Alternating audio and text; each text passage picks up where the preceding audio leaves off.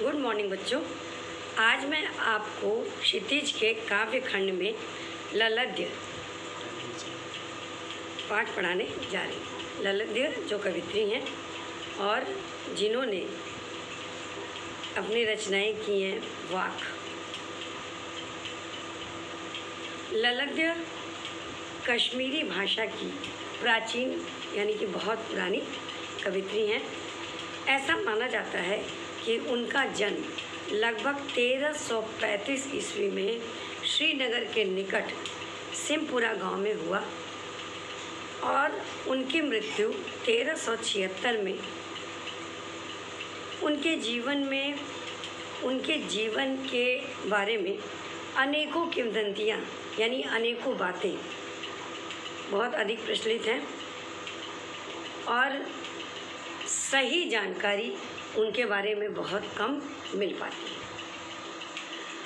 उनकी रचनाओं में ललद्य का कोई स्वतंत्र काव्य ग्रंथ नहीं है। स्वतंत्र काव्य ग्रंथ का मतलब कि उन्होंने स्वयं में मतलब जो अलग से किया है वैसा कोई भी उनका काव्य नहीं है। उनकी रचना शैली को वाक कहा जाता है। ललद्य के वाक सैकड़ों वर्षों से मौखिक परंपरा से यानी कि जो लिखित नहीं है, सिर्फ बोल बोल करके और गा गा करके, है ना, पीढ़ी दर पीढ़ी चले आ रहे हैं। यानी कि उनकी कोई लिखित रचना नहीं है, लोग उसे सिर्फ गाते हैं और बोलते हैं और यही शुरू से ही चला आ रहा है। ललद्य की साहित्यिक विशेषताएं हैं जिन्होंने अपनी रचनाओं में जाति धर्म से ऊपर उठकर किसी जाति को किसी धर्म को विशेष महत्ता नहीं दिया है, बल्कि उससे ऊपर उठकर संकीर्णता त्यागने का संदेश देती है। यानी कि जो कम सोच वाले लोग हैं, जो संकीर्ण विचारधारा के लोग हैं, ऐसे लोगों को उनकी सोच को त्यागने का संदेश इनके दोहों के माध्यम से मिलता है।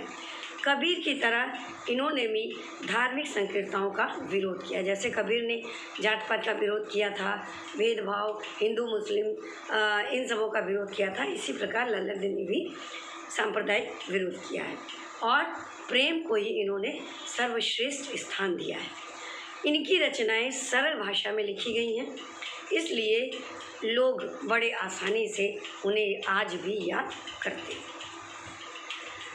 पाठ के वाक ललद्य कश्मीरी वाकों का हिंदी में अनुवाद है। ललद्य की मूल रचनाएं कश्मीरी में हैं यानी कश्मीरी भाषा में।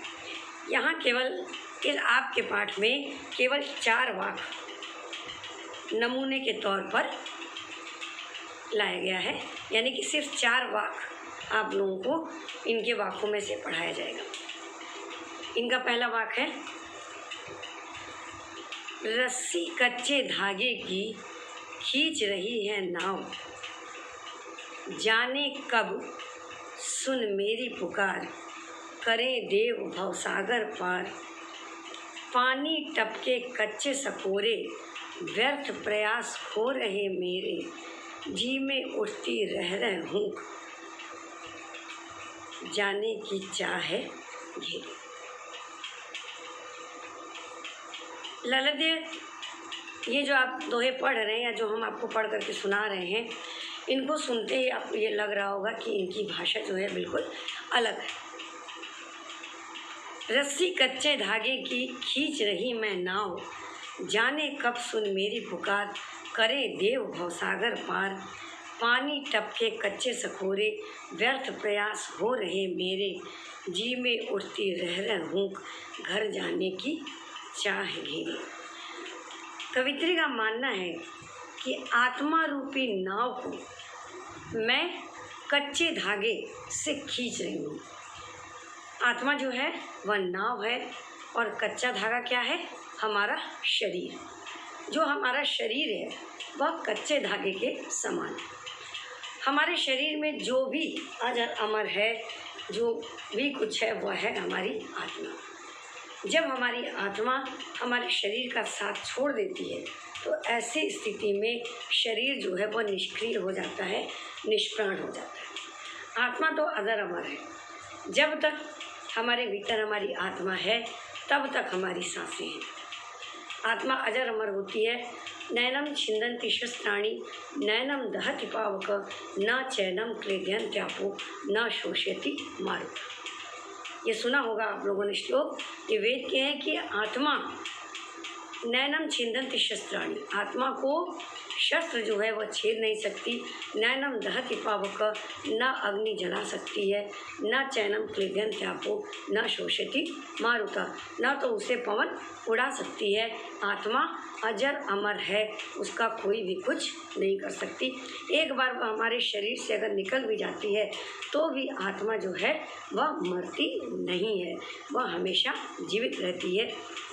इसलिए कवित्री कह रही हैं कि आत्मा रूपी नाव को मैं कच्चे धागे रूपी शरीर से खींच रही हूँ। जाने ईश्वर कब मेरी प्रार्थना सुनकर मुझे संसार रूपी सागर से मुक्त कराएगा। यह संसार जो है वह भवसागर के समान है। हम उसमें और फंसते जाते हैं। जितनी भी चीज़ें हम अपने क्रियाकलापों के माध्यम से, हम अपने कर्मों के माध्यम से उसमें और भी ज़्यादा उलझते जाते हैं। तो इसलिए ईश्वर पता नहीं कब मेरी पुकार सुनेगा और मुझे इस संसार रूपी भवसागर से पार करेगा। मेरे सारे प्रयास, मेरी सारी कोशिशें, मेरे सारे प्रयत्न वह जो है व्यर्थ होते जा रहे हैं। जैसे मिट्टी के कच्चे सपोरे पर पानी पड़े तो वे टूट जाते हैं। मिट्टी के सकोरे यानी घड़ा जो बनता है, मिट्टी के जो बर्तन बनते हैं, जब उन्हें पकाया न जाए, उन्हें ठीक से मजबूती न प्रदान की जाए और वह बना है और उसमें आपने पानी भर दिया तो वह कभी भी उसमें पानी या कोई भी चीज़ रोक नहीं सकेगा, वह तुरंत टूट जाएगा। तो मिट्टी के कच्चे सकोरे पर पानी पड़े तो वे टूट जाते हैं। इसी प्रकार मेरे मन में बार बार मुक्ति पाकर ईश्वर के निकट जाने की चाह उत्पन्न होती है। कवित्री कहती हैं कि इसी प्रकार मेरे मन में बार बार यह आता है कि मैं कौन सा प्रयास करूं, मैं कौन सा प्रयत्न करूं, मैं कितनी कोशिशें करूं जिससे मुझे मुक्ति प्राप्त हो और मैं ईश्वर के समीप पहुंच सकूं। ठीक है, तो इसमें आत्मा जो है वह नाव है और शरीर कच्चा धागा है। यह संसार भवसागर है जिसमें हम फंसते जाते हैं और उसमें मिट्टी के सकोरे पर पानी पड़ते ही वे टूट जाते हैं। इसी प्रकार मेरे मन में बार बार यह इच्छा जागृत होती है कि मैं किस प्रकार प्रयास करूं कि मुझे मुक्ति मिले और मैं ईश्वर के निकट पहुंच पाऊं। यही मेरे अंदर इच्छा उत्पन्न होती है। ये रहा आपके पहले वाक्य का अर्थ। अब दूसरा है, खा खा कर कुछ पाएगा नहीं, न खाकर बनेगा अहंकारी। सम खा तभी होगा समभावी, खुलेगी सांकल बंद द्वार। बहुत अच्छा दुआ है, कवित्री ने बहुत अच्छा ये लिखा है। उन्होंने लिखा है कि इस शरीर और इंद्रियों का भरण पोषण करने से तुझे कुछ नहीं मिलने वाला। क्यों कुछ नहीं मिलने वाला? क्योंकि यह शरीर तो नश्वर है। आप इस शरीर का चाहे जितना ध्यान रखें, चाहे जितना खाए पिए, चाहे जितनी इसकी सेवा कर लें, और लेकिन आप चाहे जितना इसे जो है अच्छी अच्छी चीज़ों से, स्वादिष्ट चीज़ों से, स्वास्थ्यवर्धक चीज़ों से इसका भरण पोषण कर लें, लेकिन फिर भी आपको कुछ भी नहीं मिलने वाला। बल्कि क्या होगा उल्टा कि आप अहंकारी बन जाएंगे, आप घमंडी बन जाएंगे। तुझे जो चाहिए अपनी इंद्रियों को नियंत्रित कर। अगर आप चाहते हैं कि आप अपने जीवन में कुछ प्राप्त कर सकें तो उसके लिए सबसे पहला काम आपको करना पड़ेगा कि आपकी जो ज्ञानेंद्रियां हैं, आपकी जो इंद्रियां हैं, उसे आप नियंत्रित कीजिए, उसे आप अपने वश में कीजिए। तभी तो सबको समान दृष्टि से देख पाएगी। जब भीतर ये भावना रहेगी कि मैं बड़ा हूँ, अहम ब्रह्मास्मि की भावना अगर अपने भीतर आ गई कि मैं ही बड़ा हूँ, मैं ही सर्वश्रेष्ठ हूँ, अगर ऐसे भाव आपके भीतर आ जाते हैं आप कुछ भी नहीं कर पाएंगे। ऐसे भाव को, ऐसे अहंकार को, ऐसे घमंड को समाप्त करने के लिए आपको सबसे पहले अपने इंद्रियों को अपने वश में करना होगा। जब आप सबको समान भाव से देख पाएंगे, एक समान दृष्टि से देख पाएंगे, तभी जो है आपके भीतर समान भाव की उत्पत्ति होगी और आप बिना भेदभाव किए लोगों को एक जैसा समझने लगेंगे। और भेदभाव की भावना जब नहीं रहेगी, तभी मन के बंद द्वारों की जंजीर, जो सांकल जो जड़ी हुई है, वह खुल पाएगी। अगर आप चाहते हैं कि मैं अपने शरीर को और जो है इंद्रियों का भरण पोषण करूं, तो उससे आपको कुछ भी नहीं मिल पाएगा और उल्टा क्या होगा, आप अहंकारी बन जाएंगे, आप घमंडी बन जाएंगे। इसलिए जो चाहिए उसको प्राप्त करने के लिए सबसे पहला काम कि अपने इंद्रियों को नियंत्रित करना होगा, अपने इंद्रियों को अपने वश में करना होगा। इंद्रियों को वश में करने का अर्थ आप जानते हैं क्या है, कि अगर मान लिया हमारी इच्छा है, हमारी जीभ है ना, हमारे स्वाद की इच्छा हो रही है कि हमें कुछ अच्छी अच्छी चीज़ें मिल जाएं, और हम बिल्कुल उसके पीछे भागना शुरू कर देते हैं। हम ये सोचते हैं कि किसी भी स्थिति में मुझे इसे प्राप्त करना ही है। अगर आप सोचने लगते हैं, तो ऐसी स्थिति में क्या होगा कि आपकी इंद्रियां जो है वह आपके वश में नहीं रह जाएंगी, उल्टा आप इंद्रियों के वश में हो जाएंगे और आपके भीतर जो भेदभाव का भाव है वह जो है बार बार जगेगा, तो आपको कुछ भी नहीं मिल पाएगा, आप किसी को समान दृष्टि से नहीं देख पाएंगे। और भेदभाव की भावना न होने पर ही जो मन के द्वार पर जो जंजीरों ने मन के द्वार को आपके जकड़ रखा है, तभी वह जंजीरें खुल सकेंगी। इसके लिए सर्वप्रथम काम आपको करना पड़ेगा कि आपको अपने इंद्रियों के वश में ना हो करके, बल्कि अपने इंद्रियों को आपको नियंत्रित करना पड़ेगा, तभी आपको ईश्वर की प्राप्ति हो सकेगी। जब आपके मन से यह भाव निकल जाएगा कि ना कोई छोटा है और ना कोई बड़ा, भेदभाव का त्याग कर देंगे। तीसरा है, आई सीधी राह से गई न सीधी राह, सुषुम सेतु पर खड़ी थी बीत गया दिन आह। बहुत सुंदर। जेब टटोली कौड़ी ना पाई, मांझी को दूं क्या उतराई। बहुत सुंदर। कवित्री ने लिखा है कि आई सीधी राह से गई न सीधी राह, सुषुम सेतु पर खड़ी थी। ये नाड़ियाँ हैं हमारी, सुषुम्ना और पिंगला, ये नाड़ियाँ हैं। सुषुम सेतु पर खड़ी थी बीत गया दिन आह, जेब टटोली कौड़ी ना पाई, मांझी को दूं क्या उतराई। बहुत सुंदर। कवित्री ने लिखा है कि इस वाक्य में कवित्री ने हठ योग की साधना का उल्लेख किया है। हठ योग जानते हैं, लोग बहुत तरीके से जो है उपासना करते हैं।